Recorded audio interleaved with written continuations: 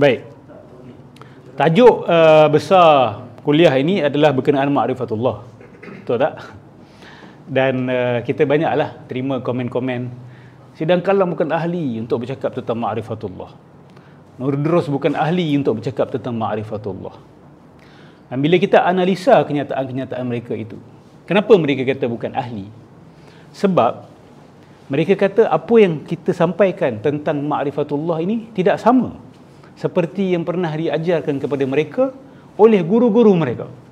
Bila disebut tentang ma'rifat, maka yang diajar mesti ada berkenaan dengan wahdatul wujud, mesti ada berkaitan dengan Nur Muhammad, mesti ada berkaitan dengan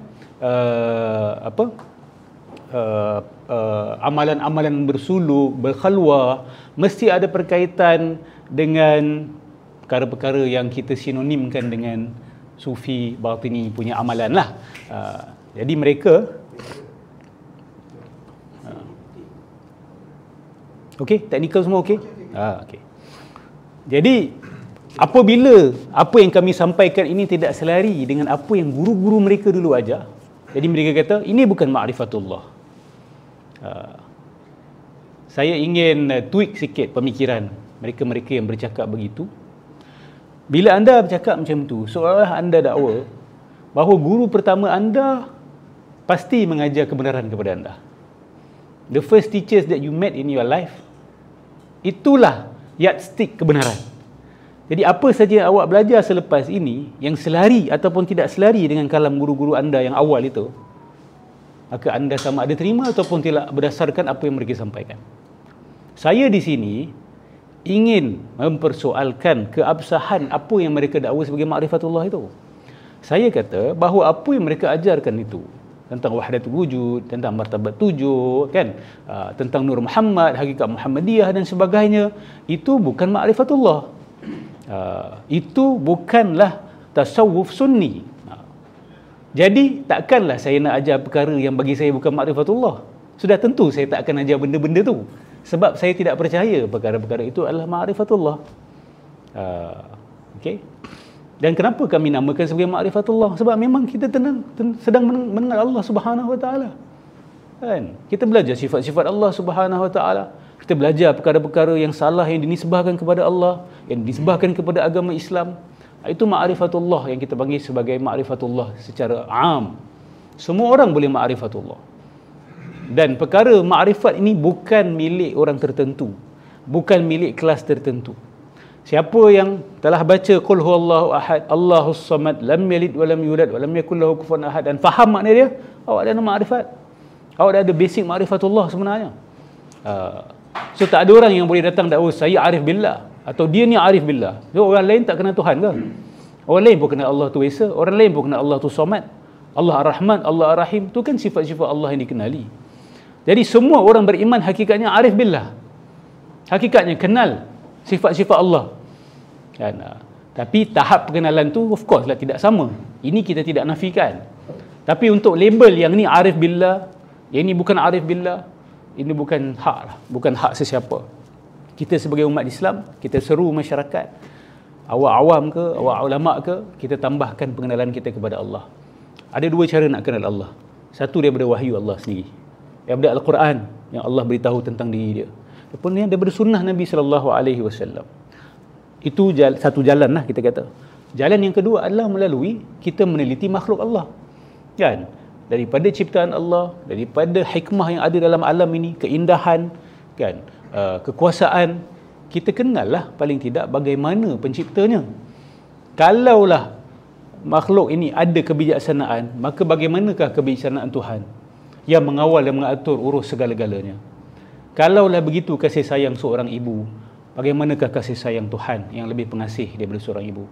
Kalau begitu dahsyatnya gempa bumi, kalau begitu dahsyatnya letusan gunung berapi, kalau begitu dahsyatnya ribut taufan, bagaimanakah lagi kekuasaan Allah Subhanahu Wa Taala? Bagaimanakah lagi menggerunkan neraka Allah Subhanahu Wa Taala? Itu dua jalan ma'rifatullah. Tetapi golongan ini menambah satu lagi jalan. Kan? Dia kata jalan ni adalah dengan melakukan suluk. Ada ilmu ke tak ada ilmu ke, bid'ah ke tak bid'ah, tak ada masalah. Yang penting kamu jauhkan daripada dunia.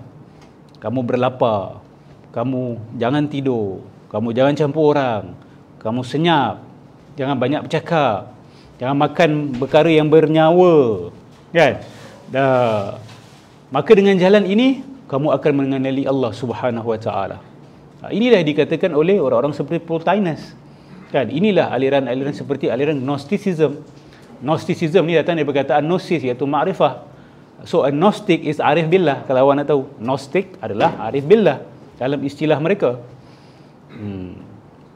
Jadi mereka juga mendakwa jalan yang sama, nak kenal Tuhan dengan cara dipanggil sebagai rahbaniyah, yang pernah kita cerita sebelum ini, monasticism, kan? Dan monasticism Kristian ni dia datang bukan daripada agama yang dibawa oleh Nabi Isa, tapi datang daripada aliran luar, falsafah Gnosticism, Middle Platonism, ataupun boleh dipanggil sebagai Hermeticism, ataupun kemungkinan juga berkait dengan Advaita, aliran Advaita Vedanta dan yoga, yang mana ada amalan-amalan menafi diri dan ada amalan-amalan yang menekan, kita kata, keperluan material manusia, menjauhkan sejauh-jauhnya daripada alam benda supaya rohani itu dapat sihat. Lama tak nampak sampai berjambang.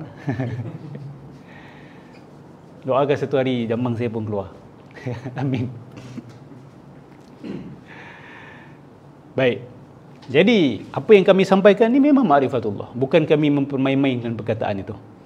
Cumanya kami nak ma'rifatullah itu dengan cara yang selamat, dengan cara yang betul, dengan Al-Quran, Sunnah, kefahaman ulama' mu'tabar, dan kami juga banyak menekankan peri penting yang tentang ilmu sains, supaya kita juga membaca ayat-ayat Allah yang dipanggil sebagai ayat-ayat manzurah. Ayat Quran ni dipanggil makru'ah, ayat makru'ah. Alam ni dipanggil sebagai ayat manzurah, kan? Tanda-tanda Allah untuk kita lihat, untuk kita kaji, untuk kita observe.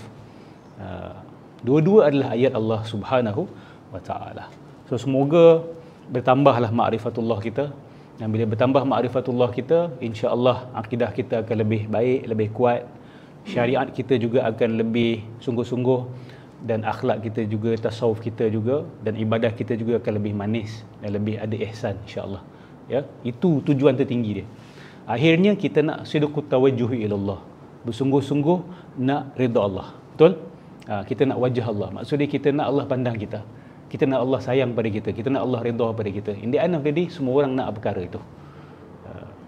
Dan kita doakan semua orang Islam, tak kiralah mereka yang masih berada pada jalan yang salah ataupun sudah berada pada jalan yang benar, kita doa untuk semua.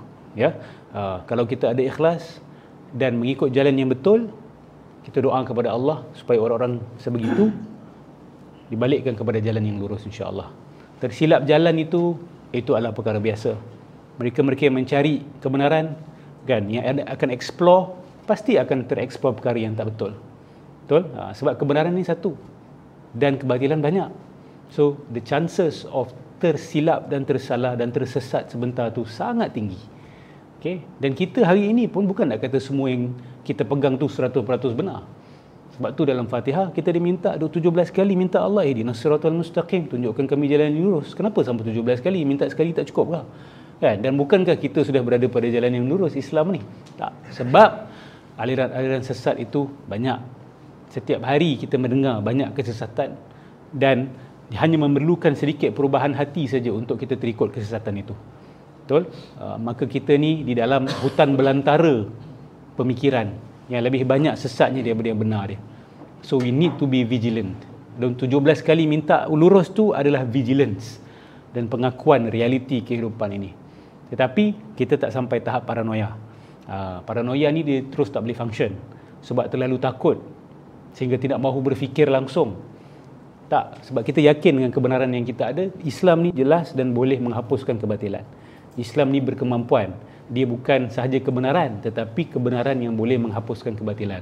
Jadi bila kita ada kebenaran itu, walaupun kita bersendirian, walaupun aliran ini tidak ramai, walaupun lebih banyak kesesatan yang ada, kita percaya apa yang kita ini adalah satu cahaya yang boleh menghapuskan kegelapan yang banyak. Okey? InsyaAllah. Amin ya Rabbal Alamin.